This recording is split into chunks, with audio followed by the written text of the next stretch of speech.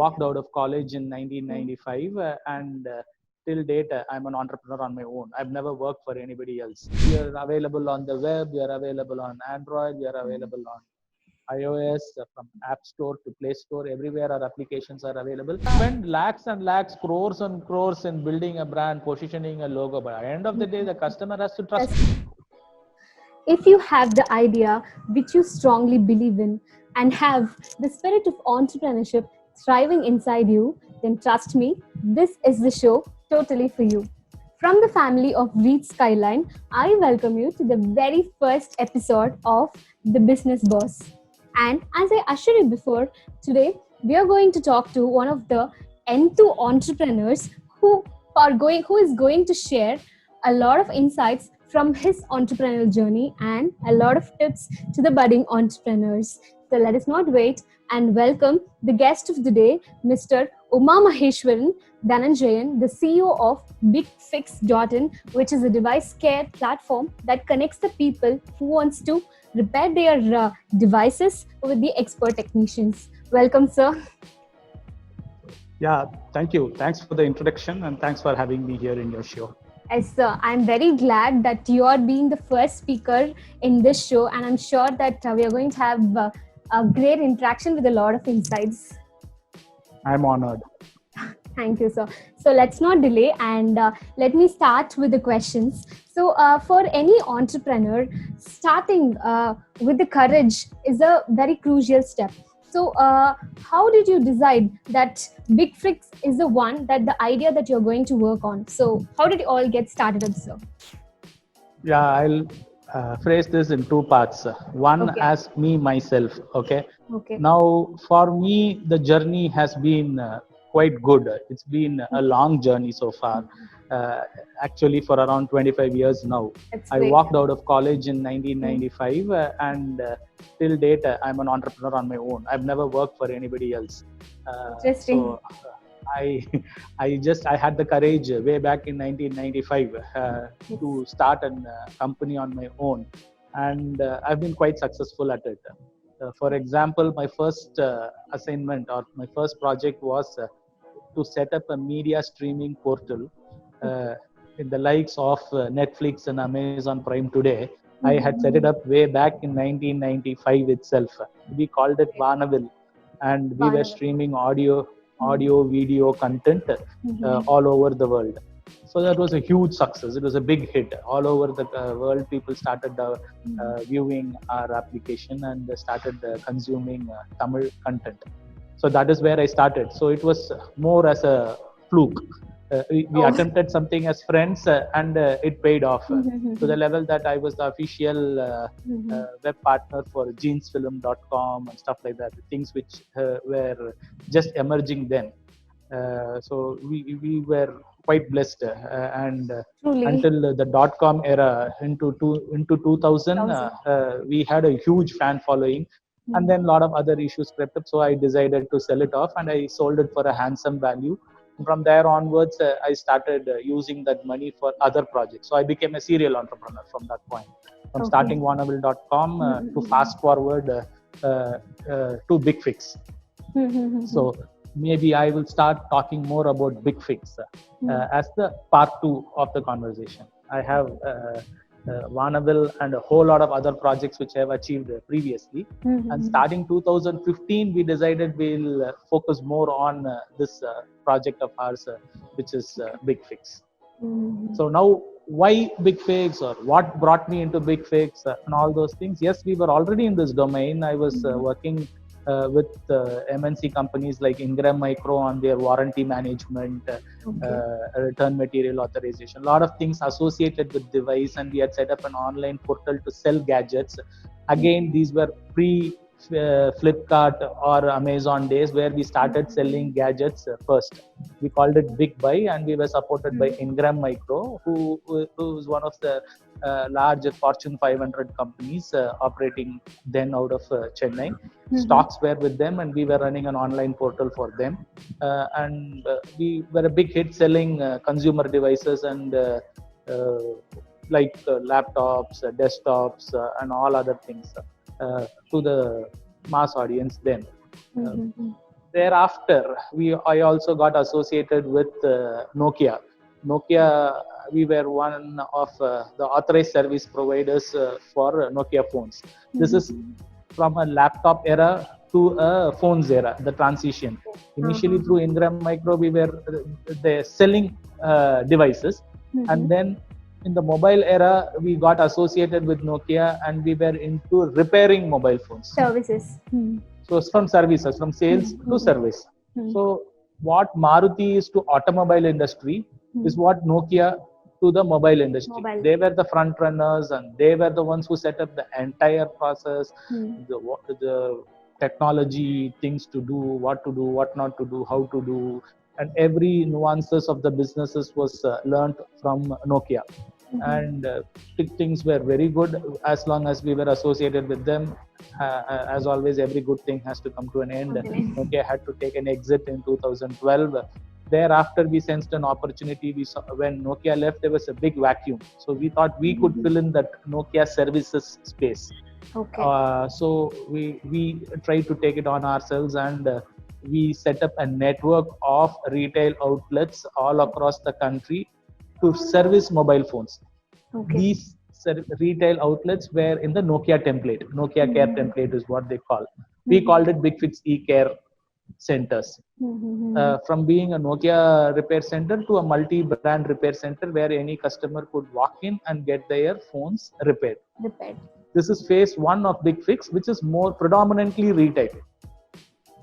We managed to set up a network of retail outlets through a franchise model all across the country, from Punjab, Amritsar to Guwahati to Patna to Delhi, to all states. Around 25 states we covered, and we had quite a good footprint across the country, catering to the mobile repair and service requirement. Okay. We have evolved all along from being a mobile repair center to today a multi-category, and we have also gone from a franchise model to a marketplace model. Maybe as we proceed into the discussion, I'll explain more on what Big Fix does and how we do and all. Sure, sir. So it's quite interesting to know that you, being a serial entrepreneur, have actually transitioned from one, complete product into sales, understanding services, understanding the market needs. So talking about that, during the initial transition, you said that initially you had this repair center and you decided to go for, the platform. So how was the transition was like, and what are the challenges that you faced during the transition? There are three types here. One is the retail outlet. Then we have the online platform. Then we became a marketplace. Right?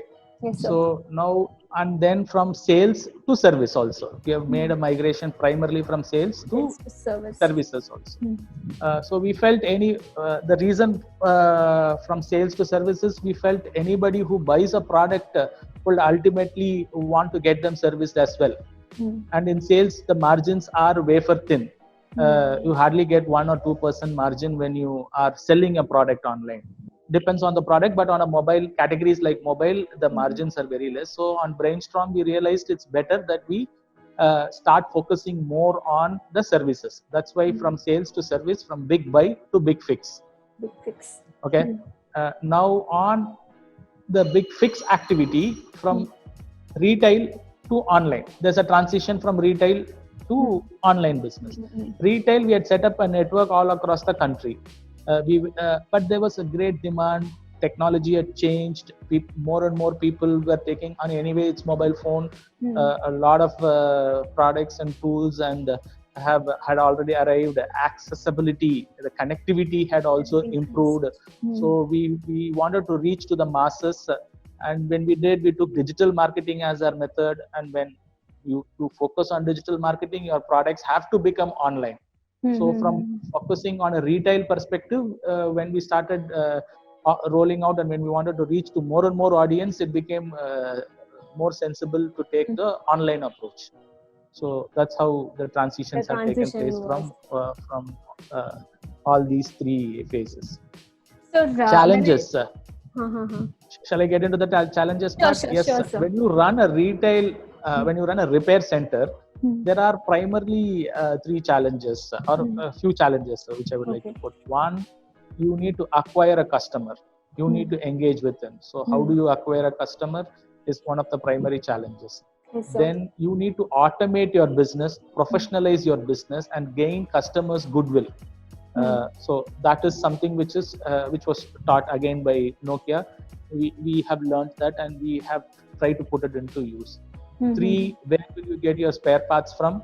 And 4, how will you train your workforce? Where will you acquire your workforce and how will you train your workforce? These were all challenges before a repair center. Right now, how do we solve it? Now, point 1, to bring in a customer, we are running an online marketplace. We are available on the web, we are available on Android, we are available on iOS, from App Store to Play Store, everywhere our applications are available. Any customer, it could be a home customer or an office customer, could download our app and reach us through that. So anywhere in the country, we have given them a mechanism to reach our repair centers. So this marketplace is serving as a potential magnet to attract customers to repair centers. That is how we bring it. 1. 2, now the customers have come and they walked into the center or they have reached the center. How do you automate the process? How do you professionalize? So we have developed a SaaS application, a software for repair centers.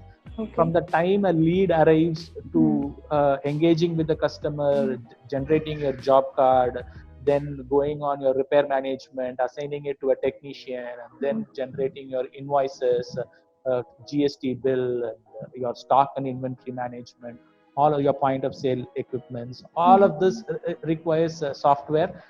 This was largely an unorganized sector. We have tried to organize it, we have tried to professionalize it, and we have created a SaaS application which any repair center could download and use it. So this is called for a lot of effort, and today the repair and service industry uses our software. Like for example, all accountants tend to use Tally. And there's certain software which is domain specific. In this repair and service of gadgets, it's the Big Fix software which is order of the day today. So I'm happy there are around more than 1,500 partners using our software, and we aim to scale it to around 50,000 partners during this financial year. That's number 2. 3, I was talking about spare parts. So we are running a portal, B2B portal for spare parts, where we procure and distribute it through our partner network. And any repair for matter, if you have a phone and it has a problem, you are going to the repair center, ultimately you will have to get the screen changed or whatever is the problem. There has to be a spare part which has to be changed. So the customer goodwill is generated only when you use a quality spare part. Definitely. Customer delight is primarily on the quality of service which you extend, and that is largely determined by the spare part which we use. So we made a lot of attempts to bring in the spare part, legitimize it. It's still the country right to repair is still not in place. The government is trying to do something. In automobile industry, you can always buy spare parts in the open market, but in the gadget industry, purchasing brand spare parts and all is still a challenge. We're trying to work with the government, and we're trying to work with the industry also to make it possible to distribute electronic gadgets spare parts here. So we run a portal called Big Buy for that. So we are trying to address that as well. The last one is quality manpower. So we have taken it on ourselves to train the technicians. We are working with the government, National Skill Development Council.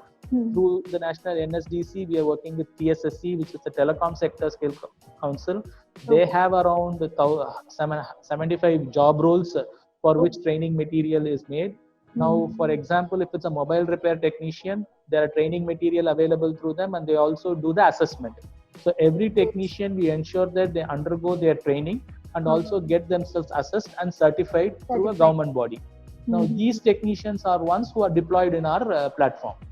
So we ensure that the quality technicians are used here. So we call our technicians as verified and certified technicians. Definitely. So for example, if you are on a Uber, you are quite sure that the Uber driver is having an RTO license. Yeah. So you know he knows to drive. Yes. So similarly, in our platform, we want to give this assurance to our customers that all technicians here are trained and certified by the concerned regulatory authorities in the country. That's So great. these were the challenges faced, and that is how we have tried to overcome all of them.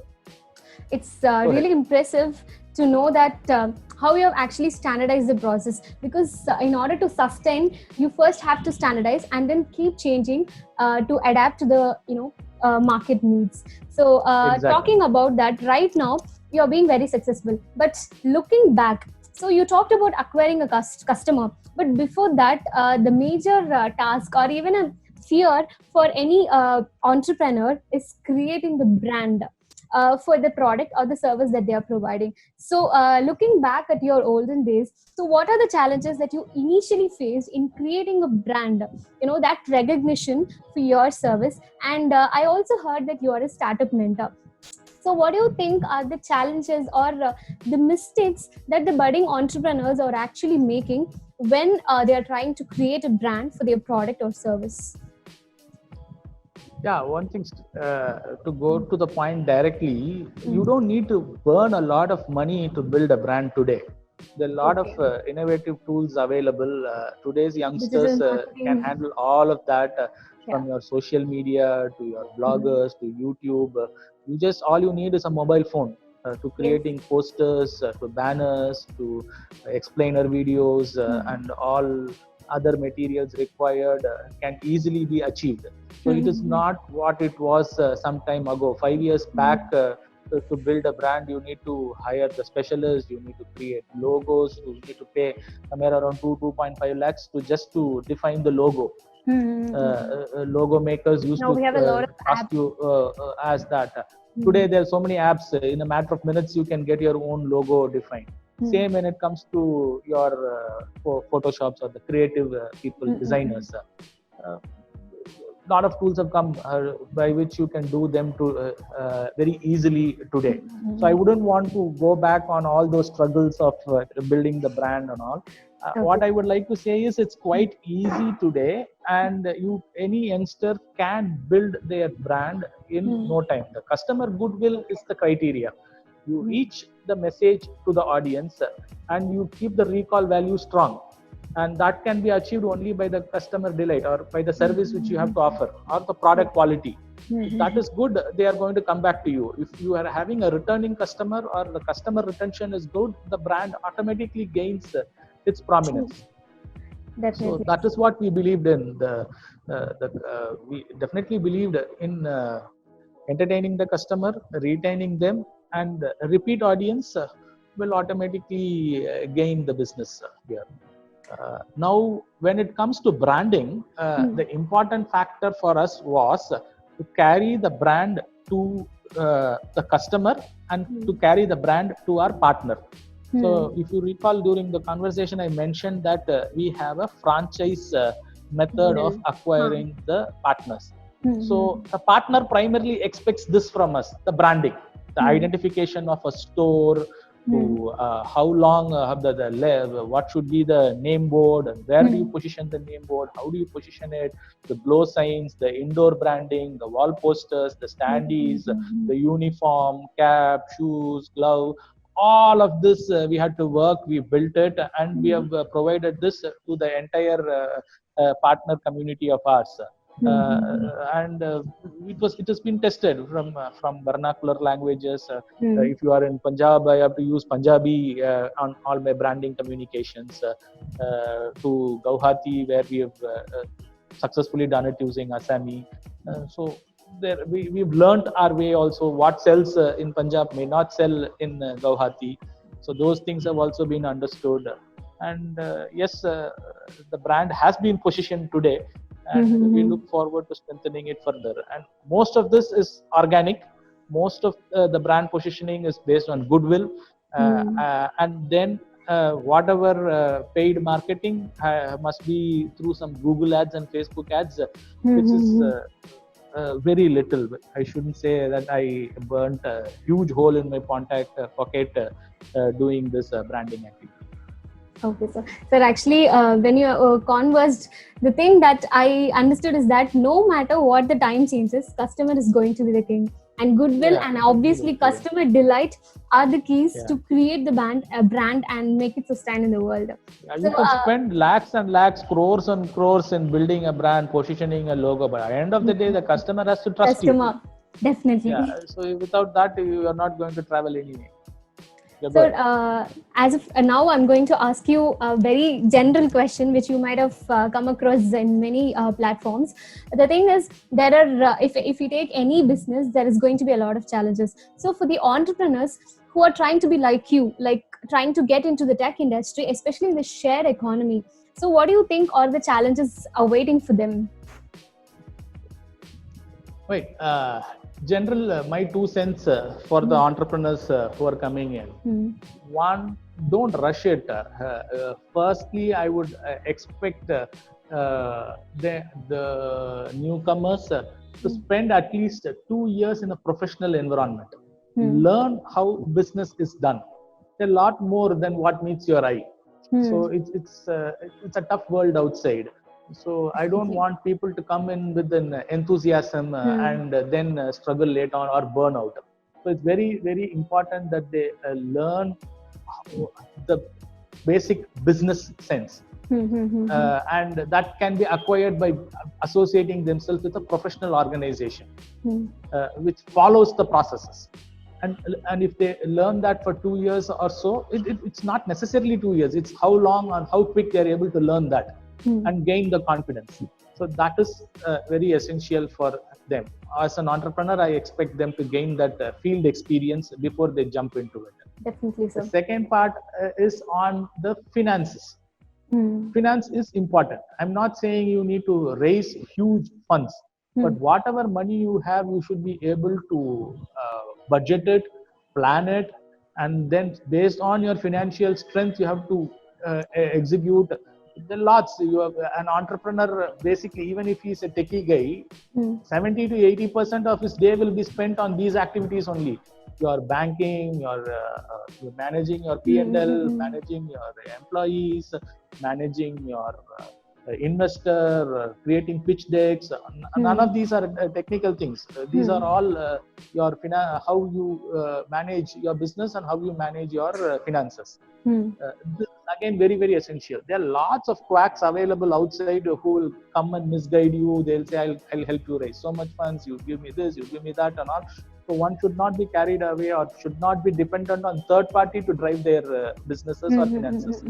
It's extremely important that they have these skill sets with them instead of depending on others to do this for them. There may be very few entrepreneurs who got lucky, who got mentored by good people. But a lot of others, so-called mentors who are available outside only are there to make a quick money. So you should be able to read through and showcase yourself to appropriate people and then have the confidence to move forward. So that's something which I would also like to make a point. 2. 3 is I see the entrepreneurs as two types. From my engagements, wherever I've gone mentoring on entrepreneur forums and stuff like that, I see two types of people. One is the first generation guy. Okay. Right? The first generation guy, it's definitely tough. He comes in and then if he's coming from tier 2, tier 3 location, he's there in it for the first time. He's With just no getting his experience. feet long. He's extremely confident. He knows what is the technology backing him, but unfortunately, he's not very confident about the finances and stuff like that. So they tend to burn out quite quickly. They cannot face the realities. So one needs to be a bit more patient and do. The first generation people have to learn everything by themselves, right? Yes, sir. So you will have to learn your knowledge yourselves and put them into play yourself. So it is a tough ask for them. While the second generation people, it is fed on to them. They have a good environment. Their family and the finances are in place. There's good support, and they come from tier 1 locations. Mostly they're taken care of. So one needs to understand this also, and from where you come, your background, your environment, all this also matters in picking the project and how you progress from there. So, sir, yeah, from what you have said, I'm sure that those who are passionate about, business, but who are confused, I'm sure they are going to get some, confidence from what you have said. Because, as you said, there are different types of entrepreneurs over there, and many reports suggest that not even, 25 percentage of the entrepreneurs are actually staying up till they, cross the stage of a startup. So I'm sure the budding entrepreneurs would be listening to what you're saying. And coming back to the topic, now the pandemic is all over. Everybody is so much scared about it. How do you think this pandemic is going to impact the spirit of the entrepreneurship among the budding entrepreneurs? And what do you like to tell them? Yeah, see, it's just the categories have changed. Earlier, the investors and VCs were banking on more tech-oriented projects, more aggregator-related projects. For example, if you look at the Olas or Oyos and all, they didn't have a single hotel, but they ultimately became the largest hotel company in terms of Oyo, or Without the largest taking taxi even owner only in terms anything. of Ola and all those things. So those were the order of the day where people were only wanting to move into marketplaces or aggregator, invest in projects like that.